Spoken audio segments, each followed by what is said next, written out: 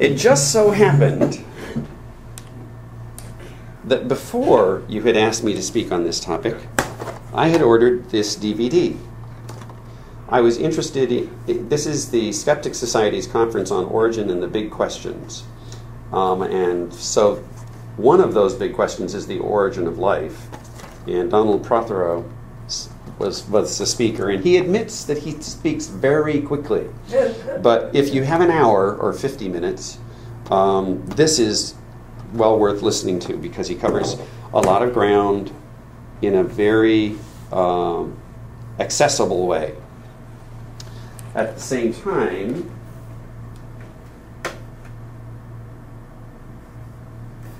I got an iPad, and Scientific American had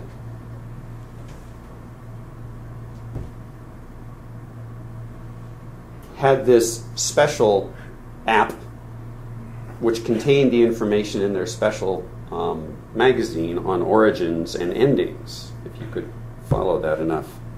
That makes me dizzy. Let me get back to the origin of life on Earth. So, you can, bad puppy. A, U, G, and C. If you remember, DNA has A, T, G, and C. RNA has A, U, G, and C. Why do they have RNA nucleotides on their title page? There were many hypotheses for how life originated. And in the 1920s, someone suggested that in his book, Darwin mentioned that there might have been a warm primordial soup in a pool, a warm pool. That was reiterated for decades, and then in the 1950s, Stanley Miller and his graduate student Harold Urey put together a flask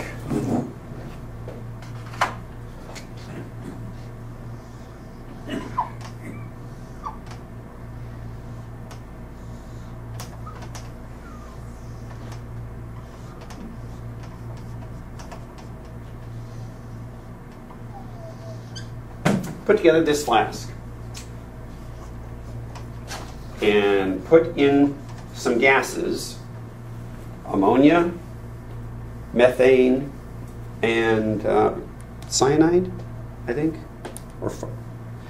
They put in, I believe, 3 simple components. They put a heat source underneath it. It would bubble up. It would come over to this container, which would have static electricity between 2 electrodes, forming essentially a spark or lightning. So this was an energy source, and this was an energy source. The gases would then go down through a cooler, which has water flowing through it, and whatever was there would collect and go back into the receptacle. In 1 week only, which is a short time, this stuff looked like sludge. And they took it out and they analyzed it, and they found that there were how many? 12 amino acids out of the 20 that we ordinarily use. Now, since then, the materials were packed away in storage, and somebody just recently went back and pulled them out. And with modern techniques, they looked at the sludge, and the sludge had more than all of the amino acids that we use. So there's one hypothesis is that we started out with enzymes first, because the amino acids can form spontaneously into polypeptides, that is, long strings or polymers. And it takes some energy to do that. So there were various hypotheses. One was that, well, your pond has one end that's in a hot spring, and so it has heat, and the other end isn't, so it's cooler, and you've got convection and flow and so on. However, some people started looking at how could natural things catalyze reactions. And one of the things that they found was that clay actually is in layers, like shale. And you've got layers of silicate material plus other ions like magnesium or manganese or calcium. And you have defects through that, just like the defects that you have there that are purposefully placed on a computer chip.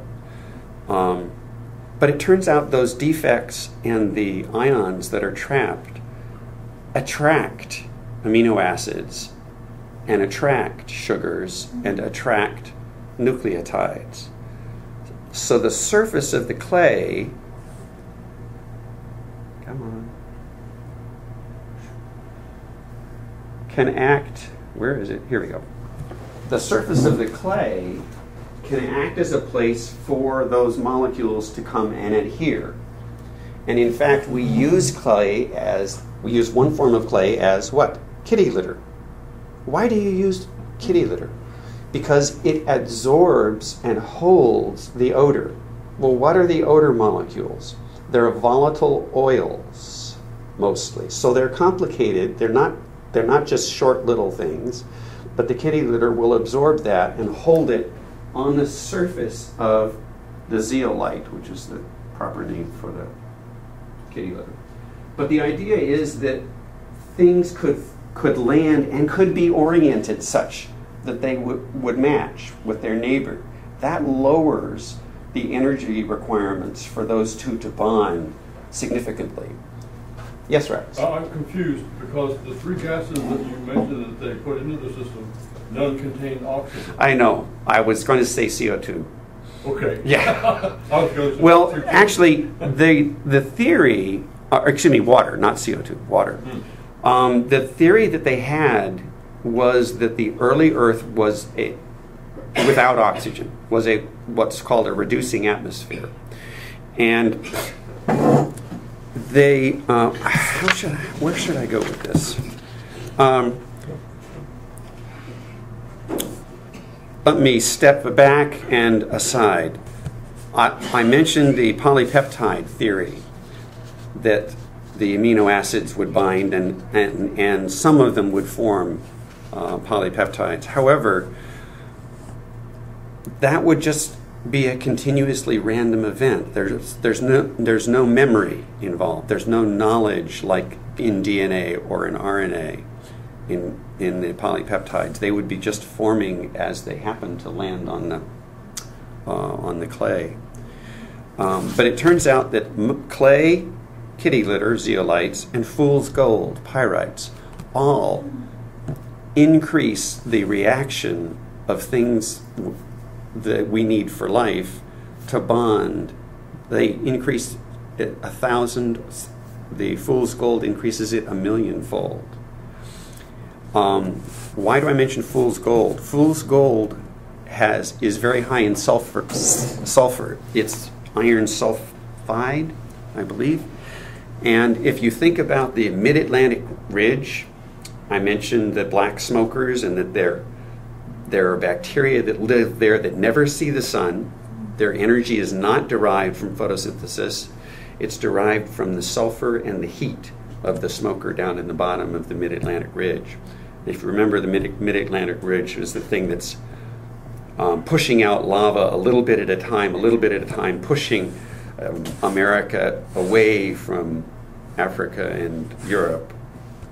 And that the stripes in the bottom of the ocean show the magnetic fields reversing. I just love that particular story. What do you mean it's showing that? Is that if you put a magnet down there, it will, and just drag it across one place, it'll point north this way, and then you move over and suddenly north is south, is pointing down. What do we need for life as we know it now? We need amino acids. I've already talked about the fact that those can be made. We need starches. They also can polymerize on clays and turn into starches. So if you have a very simple sugar, it can react with other things to form things which life needs. We also need lipids or fats, fatty acids, and again, it's been proven in experiments that the situation like the experiment there with a source of energy and very, very trivial materials like acetylene and cyanide, which were actually fairly common in the, we believe, were fairly common in the early times. So, and I mentioned to you last time, but I'll reiterate the fact that fatty acids have a water-loving end, and they have a water-hating end, so this is hydrophobic, and this is hydrophilic. So these long chains tend to bind to each other, or associate with each other, and eventually you end up with, let me get rid of my brain face. Eventually you end up with an entire circle of these things with these pointing in. Well, if you leave it alone and don't do anything else, this is literally you're making vinaigrette. Leave it alone, and what you find is it forms a bilayer. So now,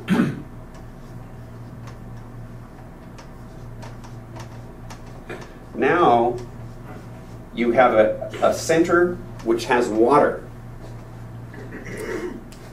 And this is the prototypical cell, basically.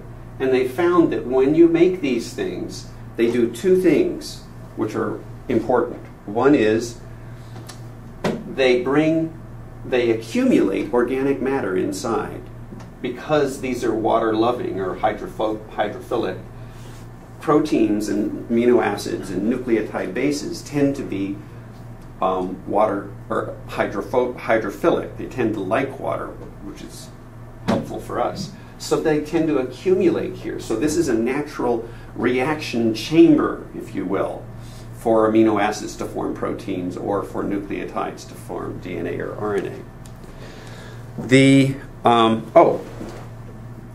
So not only do they accumulate and form these circles, which are like cell membranes, but they bud. If this kept getting larger and larger and larger, what would happen is eventually it would sort of go and it would form another cell over here spontaneously, or it would form a filament, which would go way, way out and would have all the fatty acids pointing inwards. But it's been shown with electron microscopy that these things form naturally. They don't need any help.